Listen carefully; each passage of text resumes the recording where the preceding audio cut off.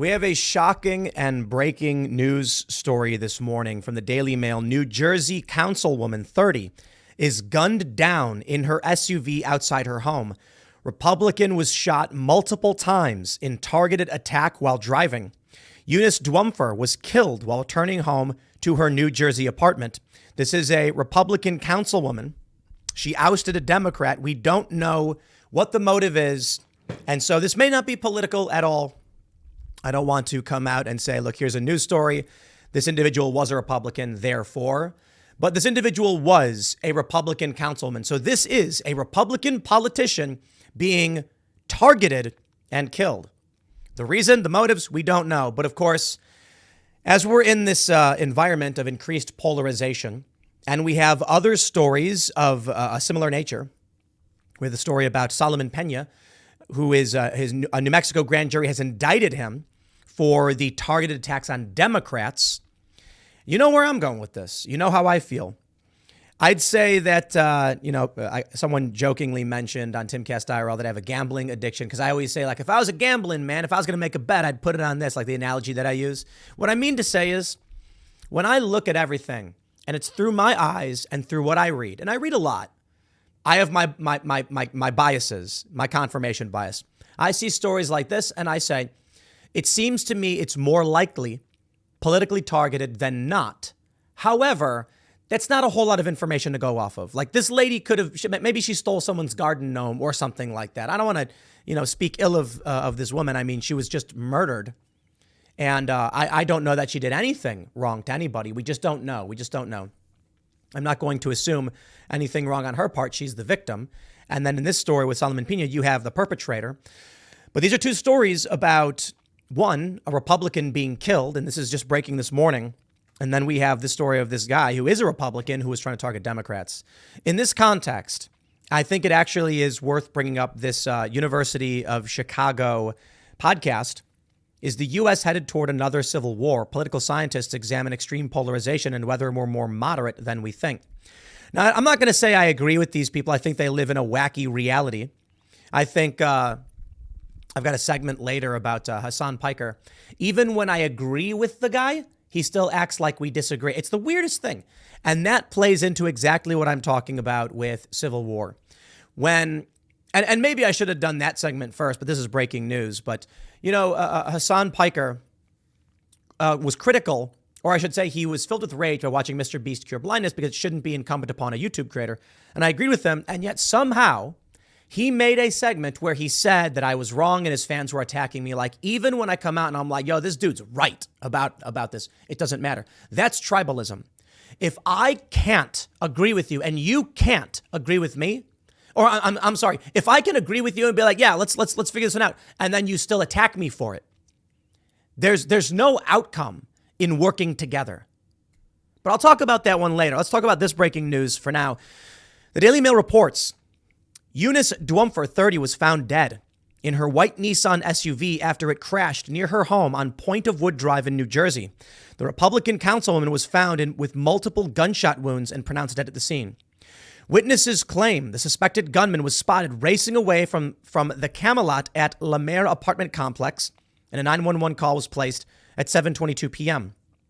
Authorities say that the councilwoman who worked for a Nigerian-based church group was the intended target, but have not given a motive. So we really don't know. Her white SUV was seen being removed from the scene by authorities in the early hours of the morning. This is where it gets important.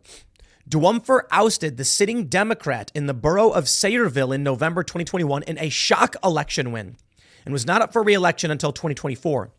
Currently, there have been no arrests in the case, with Sayreville police and Middlesex County officials investigating the incident. Friends of the councilwoman paid tribute to her as an amazing friend who loved God. Detective Juan Rodriguez and Pastor Dr. Nelia Rodriguez posted online saying, I just saw her this morning at the store. I remember saying to her, I'll see you at the HRC meeting tomorrow, not knowing tonight was going to be the end of her life. I can't stop crying. She was 30 years young and full of life. You will be missed, my dear, precious friend. Dwumfer was a certified business analyst and scrum professional for Fire Congress Fellowship, Inc., and a part-time EMT. So we have what seems to be the pinnacle, the vision of a good American citizen and leader. And man, is this absolutely brutal. This woman is a part-time EMT, councilwoman, church going. Why would someone kill her? Now, look, we can play true crime all we want. Maybe it was a facade. I don't think so. I think it's as simple as that. It's Occam's razor. That's just it. The simple solution. This woman was killed. She was a good person. She was a part-time EMT, city councilwoman. I mean, wow. So what could it have been? And this is why I lean towards maybe political. They point out that it was a shock election that she ousted the Democrat. Could it be that these people are deranged? I'll say it again, and I'm trying not to get into it, but I can agree. Actually, I'll put it this way, without bringing up Hassan again, because we'll give you a shout out, Hassan, in the next segment at 1 p.m. That there was this post that said, if you are on the left, you can disagree with leftist economic positions and no one cares. But you cannot disagree with the ideological stuff, the gender theory, the race theory. And that explains what the left really is. And that's a good point. You also can't disagree with U.S. foreign wars, which is the weirdest thing. Neocons? I'm gonna call them that, neo-communists. That's what they are. They claim to hate capitalism and want socialism or something, but they also are in favor of the U.S. spending money on foreign intervention in war. Anyway, I'll hold my tongue on this. This is a heartbreaking story, and I hope it's not political. In a statement, Sayreville Mayor Victoria Kilpatrick said the community is shocked and saddened at the loss of Eunice Dwumfer, who was a dedicated member of our borough council, who was truly committed to serve all of our residents. The fact that she was taken from us by a despicable criminal act makes this incident all more horrifying. She was the embodiment of Sayreville living the American dream, overcoming challenges with grit and smile, and always giving time and love to others. She embodied Sayreville and will be terribly missed by all who were fortunate enough to know her. I do not want to assert that we know a motive, that it was political. Please understand that. Maybe, maybe not. We just don't know. My personal opinion, it seems more likely based on what we know than unlikely.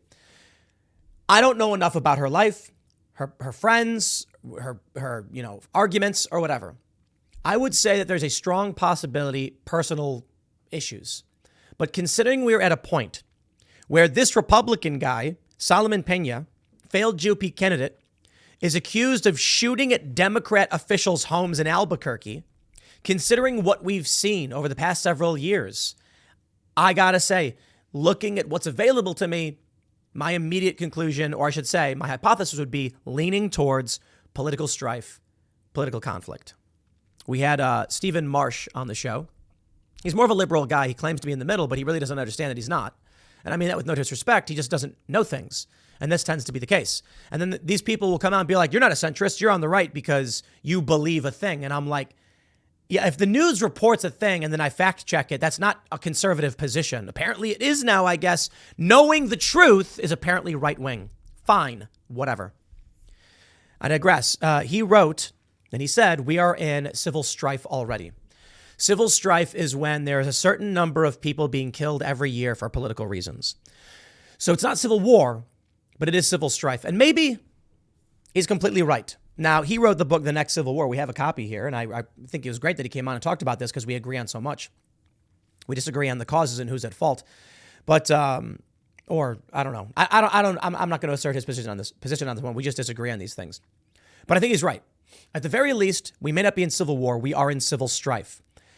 And I don't know how much longer we can last. I want you to take a look at this photo. For those that are watching, I'll describe it for those listening. A grand jury indicted Solomon Pena on 14 counts of shooting and firearms charges. And here we see two police officers. It appears one officer in uniform, another individual wearing armor, which appears to be an officer, and they are leading away Solomon Pena in cuffs. How long until these officers are on one of the ideological sides, if not they already are? The Young Turks got all mad at me because I did a segment talking about the police in Memphis and how they lowered their standards, were dropping their standards, and it resulted in bad cops who didn't care, cops who were ill-trained, and the conspiracy theory, which I don't believe is probably true, that they were gang members or something like that. They got mad. They said it was racist that I would dare imply it. Okay, I'll tell you where I think we go. The culture war is expanding. It is going to reach the highest levels and the lowest levels of our governments. It will be in the hearts and minds of police officers, federal agents, and politicians. Donald Trump is now campaigning on culture war issues. I mean, good. He should. But where does this lead us? In my opinion, hyperpolarization, tribalism, civil strife then becomes civil war. Look, people think, and it's the craziest thing, just please read history. I am not a Civil War expert, but I've read a few academic papers. I've researched different, surface level battles and the generals, because I've been talking about it for quite a bit. And there are certainly people who know everything about every little battle in the whole timeline. And it's really amazing, the overview. I don't know all that. What I can tell you is that talk of civil war was happening in the United States as early as 1820.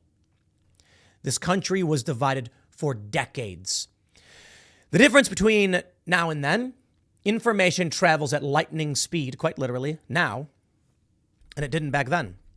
We talked about this last night on Timcast IRL, the speed of knowledge.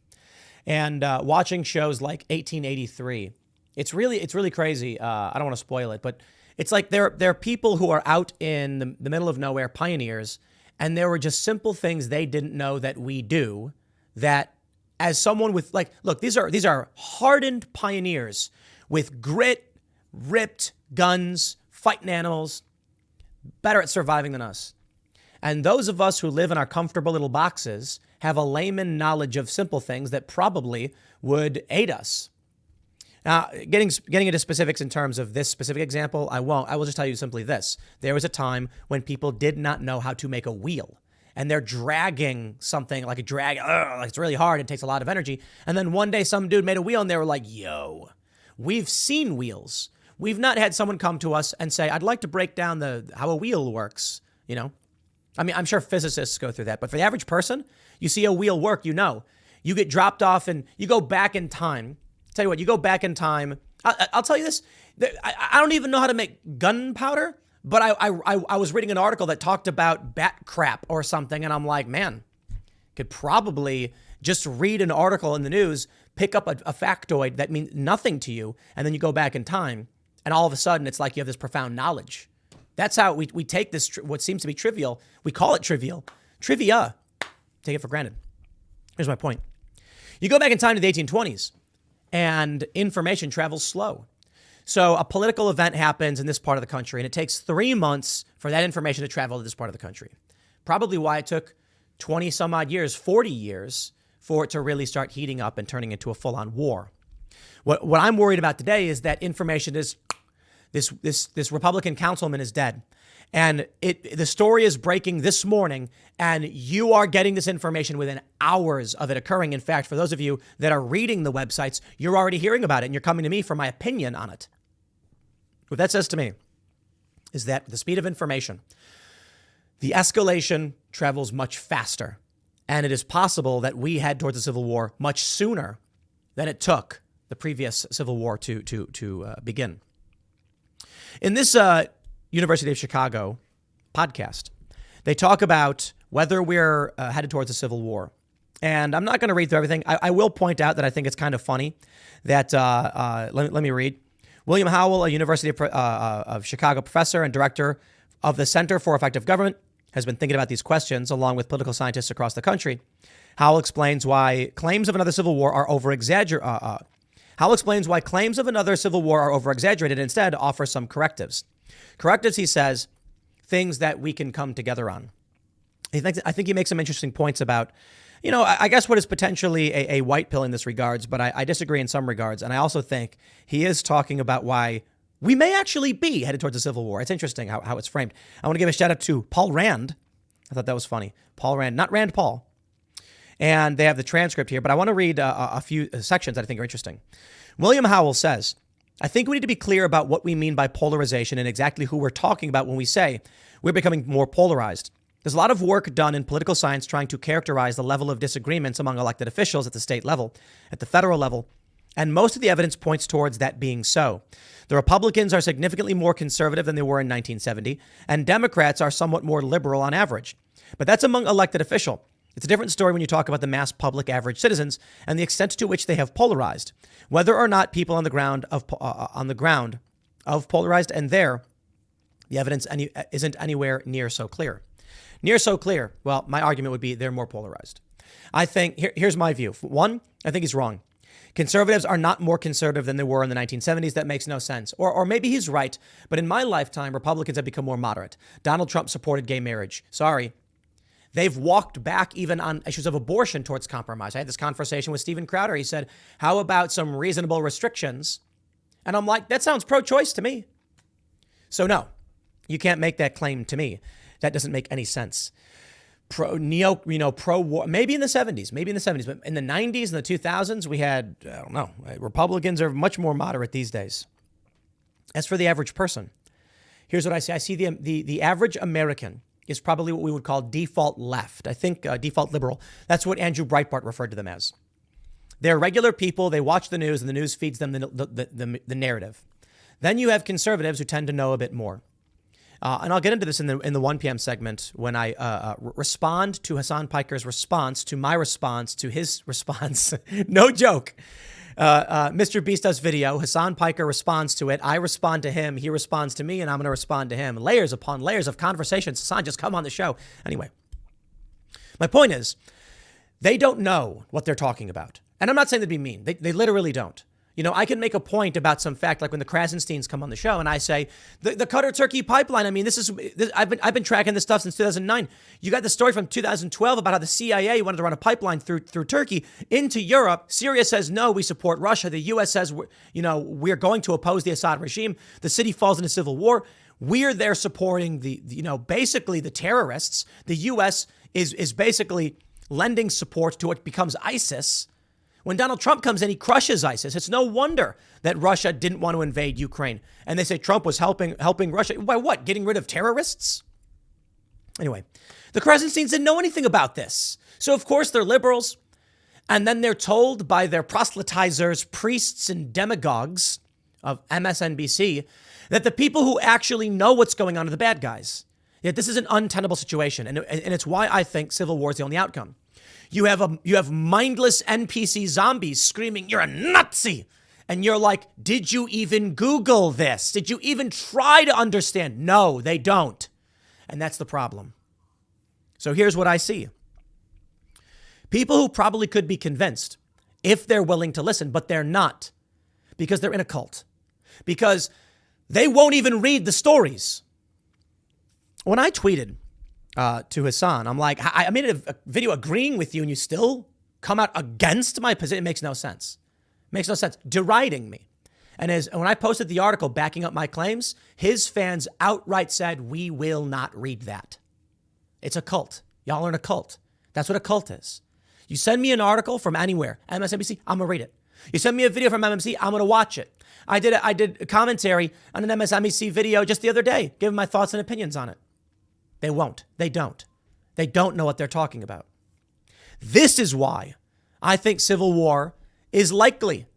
You cannot have a violent mob of people, or I should say any mob of people, who plug their ears and cover their eyes and say, I will not, when you beg them to research. They won't do it. They won't do it. And so they march around angry, demanding blood, and there is no satiating a mob that does not want the truth. You can beg them, please just read one article and then argue against it if you don't think it's true. They won't. They don't do that. That's why I think this is the direction we're headed. So when I see a story about a councilman, a Republican, being targeted and murdered, and she is like the pinnacle of good citizen, city council member, Republican, who ousted in a shock election the Democrat, part-time EMT churchgoer, I'm like, this seems like a really good person. Who would kill this person? Political extremists, far left zealots who have been lied to and are mindless zealotry. That could be me as a hammer thinking everything's a nail. Fair point. I try to respect that, and maybe it's just completely wrong. It's surprising to me that these people don't do the research and think they're so right. For this individual to say that conservatives are more conservative than they were, it's like, okay, fine. Talk about politicians, perhaps. And then he says, for the regular people, it's not so clear. It's like, well, because I think you guys are living in an ivory tower and you don't actually do the research, you don't know this. You're a tweed sweater, patches on the elbows, jacket kind of guy living in a bubble who watches MSNBC and CNN, and you're confused to what the American people actually think and want. And this is why when you go during the 2016 election, when you'd go out, you'd see Trump signs everywhere. But if you watch the media, you'd say everybody hated him. You'd think that. You'd say it too. And that's who these people are. They're coming up and like, we can't really tell how people feel. And it's just like, CNN got 93,000 key demo viewers. MSNBC got 69,000 and Fox News got 179,000. Now, to be fair, Fox News is like the one conservative channel. So when you combine all of primetime cable, it's probably comparable or slightly more default liberals watching these programs. But Timcast, we get around like 150 in the key demo. We're close to rivaling, if not beating, Fox News in the key demo. I don't think it's so cut and dry. I think these people don't pay attention and they think they're smart and they don't really know. But we'll see. It may very well be that this woman owed someone money or something. You know, I don't want to speak ill of her because I don't know. She seems like a very, very good person. And there's no motive yet. But when I see a headline saying upstart Republican councilman targeted and killed, church-going EMT, and I'm like, I don't see, the motive I see initially is going to be political. But maybe it's not. Maybe it's not. Maybe this things calm down. Certainly hope so. I'll leave it there. Next segment is coming up at 1 p.m. on this channel. Thanks for hanging out, and I'll see you all then.